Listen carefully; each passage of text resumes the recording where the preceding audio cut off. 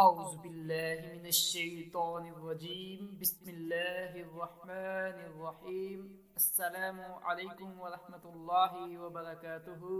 آج کا سوال ہے، کیا اسلام قبول کرنے پر بھی غسل فرض ہے یا نہ بھی کریں تو کچھ نہیں ہوتا؟ جب کوئی شخص اسلام قبول کرنا چاہے تو کلمہ پڑھانے سے پہلے اسے غسل کرایا جائے گا۔ سیدنا قیس بن عاصم رضی اللہ تعالی عنہ فرماتے ہیں، میں قبول اسلام کے لیے نبی اکرم صلی اللہ علیہ وسلم کے پاس حاضر ہوا تو آپ صلی اللہ علیہ وسلم نے مجھے پانی اور بیری کے پتوں سے غسل کرنے کا حکم دیا۔ آج کا دوسرا سوال ہے، کیا میت کا غسل فرض ہے یا نہیں فرض ہے؟ رسول اللہ صلی اللہ علیہ وسلم نے فرمایا، ایک مسلمان کے دوسرے مسلمان بھائی پر 5 حق ہیں، ان میں سے ایک یہ بھی ہے جب فوت ہو جائے تو اس کے جنازے پہ جائے۔